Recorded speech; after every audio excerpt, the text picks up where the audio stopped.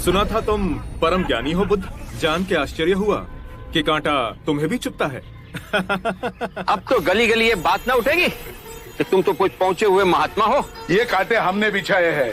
इस गांव में तुम्हारा स्वागत नहीं। हर दिन अनाज भिक्षा में मांग कर ले जाते हैं। चलो चलो, दूसरे गांव का रास्ता लो। मेरा आप लोगों से अनुरोध है कि मुझे अपने गांव में भिक्षाटन करने दें।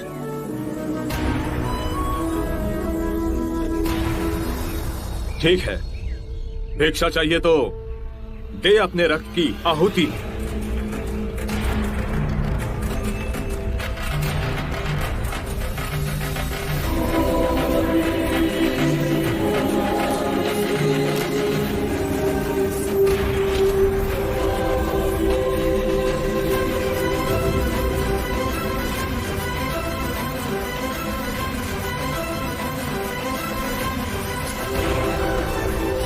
सुमित, रास्ता बुहारा तो इस गांव से तेरा दाना पानी उठ जाएगा।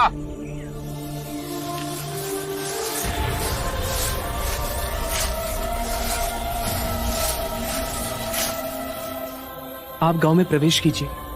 इन मुट्ठी भर लोगों से कई अधिक लोग आपको भिक्षा देने के लिए आतुर हैं।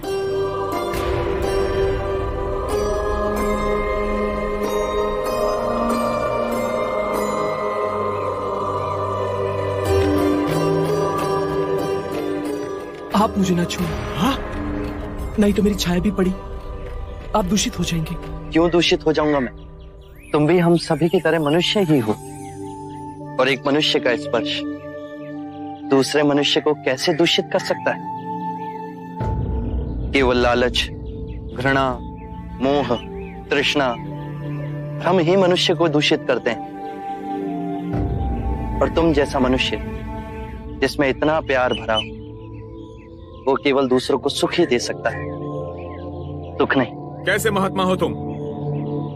तुम्हें तो जाति वर्ण का ज्ञान भी नहीं है। चोला पहने कोई सन्यासी नहीं होता। अरे पाखंडी हो तुम, पाखंडी। जो मानव से उसकी मानवता को छीनता है, पाखंडी वो होता है। यदि मुझे पाखंडी कहे आप सभी को संतोष मिलता है तो ये उचित है, परंतु इस मनुष्य में भी हमारी तरह प्राण बसे। इसे नीचा कहे, इसका तिरस्कार करना सबसे बड़ा पाखंड है। यदि जानते नहीं हो तो मैं बता दूं, ये धर्मशास्त्र है। पाखंड कैसे हुआ? जिस मिट्टी से सारी मानवता का सृजन हुआ, उसी से इसका भी हुआ।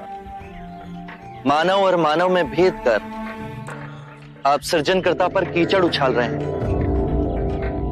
यदि हम आकाश में कीचड़ उछालेंगे तो आकाश तो ऊंचा ही रहेगा, परंतु कीचड़ वापस हमारे ऊपर ही गिरेगा।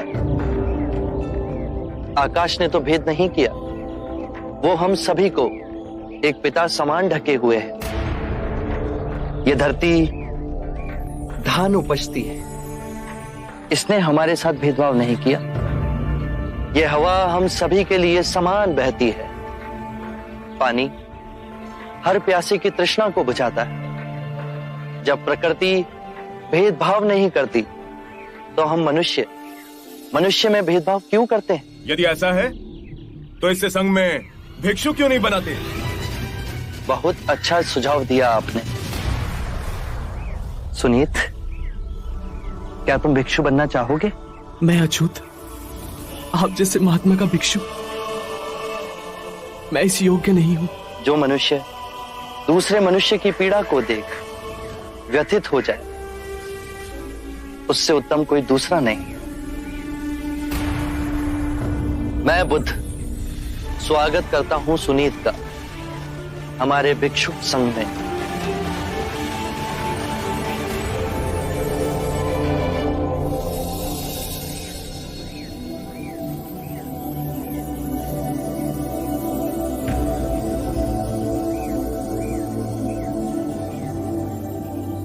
सारा जीवन किसी ने दया के दो शब्द ना कहे मुझसे, और आज इतनी करुणा बरसी है।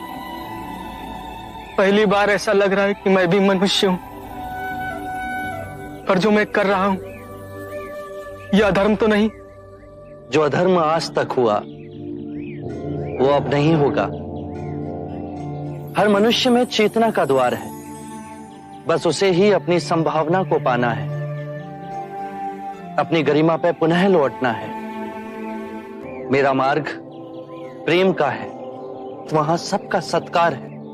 गंगा, यमुना, ऐरावती, सरयू, माही, ये सब नदियां हैं और ये सब अंत में वह सागर में मिल जाती हैं।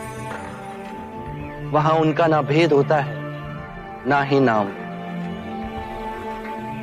उसी प्रकार जिस भी मनुष्य ने अपना गृह त्याग कर सत्य के पथ पर चलने का निश्चय किया, चाहे वो ब्राह्मण हो या क्षत्रिय, वैश्य या शूद्र ही क्यों ना हो, उसी महासागर में विलीन हो जाते हैं।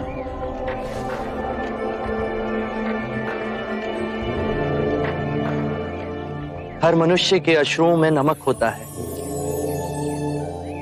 उसके लहू का रंग लाल होता है। ये भेद मनुष्य ने मनुष्य को उत्प्रेरित करने के लिए बनाए हैं।